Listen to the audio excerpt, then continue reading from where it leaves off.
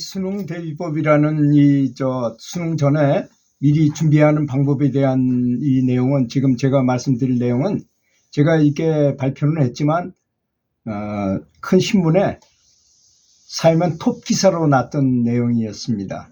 그 내용을 좀 말씀드리도록 수능 대비하는 학생들에게 아직 11월 달쯤 수능이 있을 테니까 몇 달 남았지만 마지막으로 수능을 시험 보는 날을 상상하면서 미리 준비하면 공부하는 데도 많은 도움이 될 거라고 생각해서 말씀 올리도록 하겠습니다. 긴장하지 말고 최상의 실력을 발휘하도록 해야 되는데 저는 체육교사 출신인데요.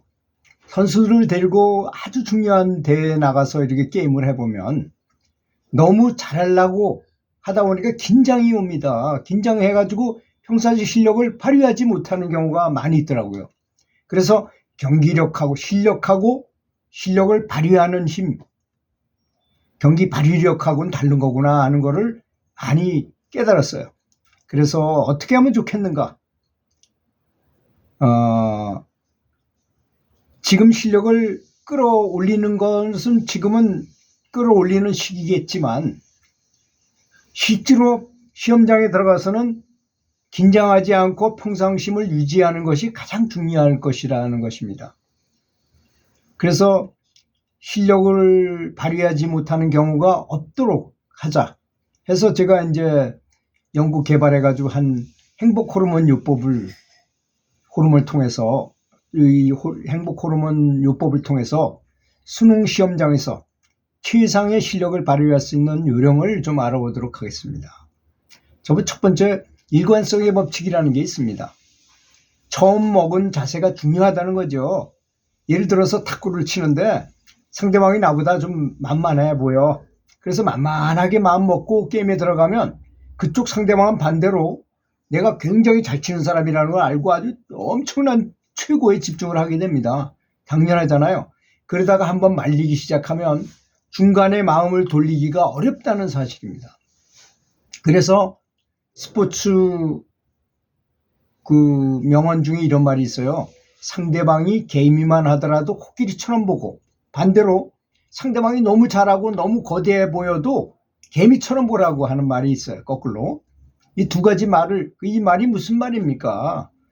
만만하게 보거나 너무 거대하게 보거나 보지 말고 아주 냉정하게 사물을 직시하라는 얘기죠. 떨지 말고 그대로 하라는 얘기죠. 두 번째로 중요한 이 일관성의 법칙의 중요한 것은 또 무엇이냐? 매일 먹던 익숙한 음식을 먹으라는 것입니다. 이것은 어머니들이 준비해야 될 사항인 것인데요. 이제 우리 아들이 수능 시험 본다고 평상시에 안 먹이던 아주 좋은 음식을 먹이는데 이 사람하고 틀릴 수도 있어요. 이게 음식도 궁합이 있다는 거 아시죠? 그래서 오링 테스트라는 건 원래 담배를 들고 하는 거였었어요. 무거운 담배를 이쪽 손에 들고 이쪽 손에다가 무를 얹어놓고 무나 당근이나 이런 걸 얹어놓고 이렇게 테스트해보니까 어떤 건 세지고 어떤 건 약해지더라는 것이죠. 그러니까 비싸고 귀하고 고가라고 해서 그런 걸 먹이지 말아라는 얘기입니다. 익숙한 사람이 편한 거와 마찬가지로 익숙한 음식을 먹어라. 특별한 별식을 하지 말라는 것입니다. 대단히 위험한 행위인 것입니다. 이게 잘못되면 시험장에 들어가서 껌껌해질 수 있어요. 이상하게 그 음식하고의 관계가 있기 때문에 음식이 사람의 컨디션을 저하시킬 수도 있게 되는 요인이 될 수도 있다는 것입니다. 그래서 중요한 일을 앞두고는 별식을 하거나 너무 술을 많이 먹는 학생이 술을 먹을 리야 없겠지만 하여튼 별식을 하는 것은 대단히 위험한 행위일 수 있다는 것입니다. 왜냐하면 손님도 매일 오던 손님이 편안하고 반가운 것처럼 음식도 매일 먹던 평범한 것이 가장 좋은 것이라는 것입니다. 그 다음에 식사는 적게 하라는 것입니다. 알게 모르게 우리 몸을 괴롭히는 원인으로서 잘 알고 있잖아요. 밥을 너무 많이 먹으면 졸음이 오고 나도 모르게 나태해지게 되잖아요. 그래서 식사량은 항상 3분의 2만 먹어라. 특히 시험 날은 더욱더 그렇죠. 3분의 2만 먹도록 해라. 몸의 소화기관들이 힘에 부치지 않게 하라는 것입니다. 적당히 편안하게 일을 처리할 수 있게 되는 것입니다. 그 다음에 덮어쓰기 법칙이라는 걸 사용하라고 저는 자꾸 권하고 있어요. 사실 불안하고 초조하고 공포 같은 것이 오잖아요. 사람이 시험 문제를 받았을 때를 상상해 보는 거야. 그래서 저는 항상 그 장면을, 그 장소도 한번 미리 가보고, 그렇지만 내가 수능을 어디서 볼지는 그 정해지는 대로 가는 거기 때문에 알 수가 없지만, 한번 어떤 고등학교 교실을 이렇게 들여다보면, 아, 내가 저기쯤 앉겠구나.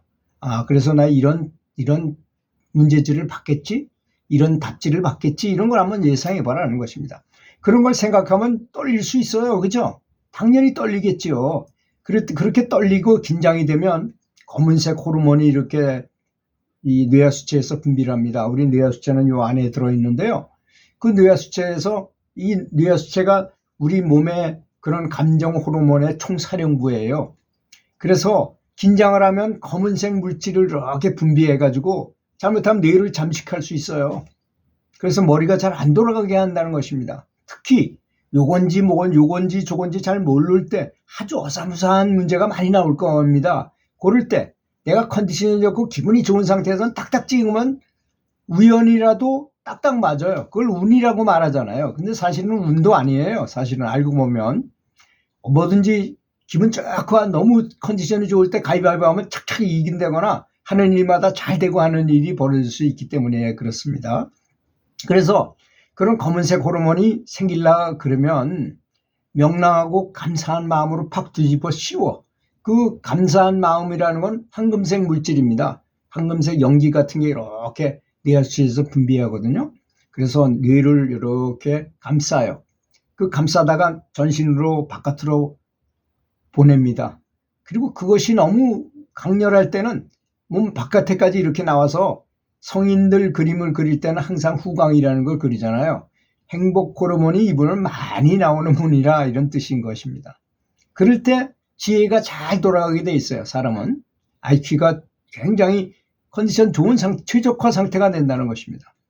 그래서 일주일 전서부터 수능 일주일 전서부터 감사하는 훈련을 엄청나게 하라는 것입니다. 그건 굉장히 중요한 요소가 있어요. 아마 감사하는 훈련을 하면서 공부를 열심히 하면서 시험장에 딱 들어가서 문제를 딱 받으면 뭔가 자신감이 팍 넘치는 것 같은 생각이 들어요. 그럴 때는 준비를 많이 해왔기 때문에. 어떻게 준비했느냐? 행복 호르몬으로 준비했기 때문에. 시험 공부도 열심히 했지만 행복 호르몬을 준비했기 때문에 그런 것입니다. 난 굉장히 효과적이더라는 거. 운동선수들은 그 결과가 바로 나오잖아요. 우리가 수능을 보면 한참 있다가 성적이 나오고 하지만 운동선수들은 그 효과가 바로 그 현장에서 탁탁 드러나잖아요. 그런 걸 엄청나게 오랫동안 해보고 느낀 것입니다. 제가. 그리고 항상 익숙하고 편안한 곳에서 뭔가를 하는 것이 편안하고 잘 되잖아요. 그래서 머릿속으로 미리 현장을 방문해서 자꾸 그걸 상상해봐라. 그 자리에 앉을 것이다. 감독관이 둘이 나와서 감독을 하실 것이고 문제를 내줄 때 이렇게 내주면 내가 탁 받았을 때 시험 문제는 이렇게 생겼을 것이다 라고 생각해 보는 거야. 모의고사 보는 걸 생각해 가지고. 그래서 현장을 많이 생각해 본 사람처럼 해라는 것입니다. 많이 문제를 받아본 것처럼. 실제로 구소련, 지금 러시아 사람들이 돈이 없어가지고 미국 LA에서 올림픽 할 때 실제로 와보지 못했습니다. 그래서 거기 교포들한테 사진 찍어 보내라 해가지고 공항 모습하고 버스, 호텔, 경기장 이런 걸 다 찍어가지고 쫙 붙여놓고 상상훈련을 했답니다. 그래도 경기장에 와보니까 매일 와서 하던 데 같이 느껴지더라는 것입니다. 그렇게 연습하라는 것입니다. 그래야만 익숙하게 느껴진다는 것입니다. 또 폭포수의 법칙이라는 게 있는데요. 마음을 편안하게 갖기 위한 좋은 방법은 감사한 마음을 유지하는 것입니다. 평소에 별것 아닌 것 같은 평상적인 것에도 감사하는 거예요. 볼펜에도 감사하고 노트에도 감사하고 교과서에도 감사하고 선생님에도 감사하고 부모님한테도 감사하고 선배들한테도 감사하고 가족들한테도 깊이 감사한 마음을 계속 유지하라는 것입니다. 식사를 만들어준 가족과 어머니와 농부들 조물주들이 이 식량을 키워서 유통과정 수많은 유통을 거쳐서 우리가 먹게 되는 거잖아요. 요리해주는 어머니한테 감사하는 마음을 갖도록 하라는 것입니다. 이렇게 감사한 마음을 가지면 뇌가 최적화가 돼가지고 아이디어가 잘 떠오르고 설사 모르는 문제라 하더라도 직관적으로 딱 찍으면 딱 맞게 돼 있어요. 그때 그런 상태일 때 잘 맞아요. 축구선수가 축구를 잘하는 방법도 있지만 운이 좋은 사람이 있어요. 운이 이런 때 운이 좋아지거든. 그래서 골대 앞에 가만히 서 있는데 공이 딱 내 앞으로 굴러와. 톡 건드리기만 해도 골 넣어. 어렵게 골 넣는 사람이나 재수 좋게 골 넣는 사람은 골 넣는 건 똑같습니다. 수능도 마찬가지잖아요. 수능에 내가 찍어가지고 잘 맞췄어. 그래서 높은 성적이 올라가면 그 성적이 유지되는 거지. 그걸 뭐 운이 좋아서 이랬다 이렇게 말합니까? 실력이 좋은 걸로 평가한다 이겁니다. 그러니까 평생을 살아보면요. 운이 좋은 사람이 실력 좋은 사람보다 훨씬 더 좋다는 것입니다. 그래서 운칠기삼이란 말이 있어요. 운은 70%를 차지하고 실력은 30%밖에 안 된다는 것입니다.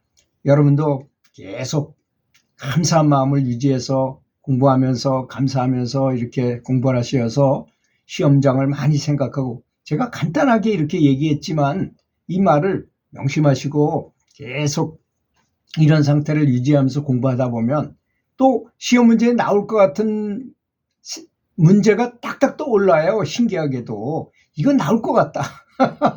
그런 걸 데이터베이스를 만들어서 그걸 중점적으로 하게 되면 신기하게 문제가 그런 게 많이 나와요. 저도 그렇게 해가지고 수능을 그전엔 예비고사를 하는데 예비고사 성적을 꽤 잘 맞았던 기억이 있어요. 또 5분 전에 잠깐 본 것이 그대로 문제에 나오기도 하고 막 그러더라고요. 그건 다 행복 호르몬이 분비됐을 때 그런 현상이 일어난다는 것입니다. 수능 대비 잘 하셔가지고 좋은 성적 받기 바라겠습니다. 들어주셔서 감사합니다.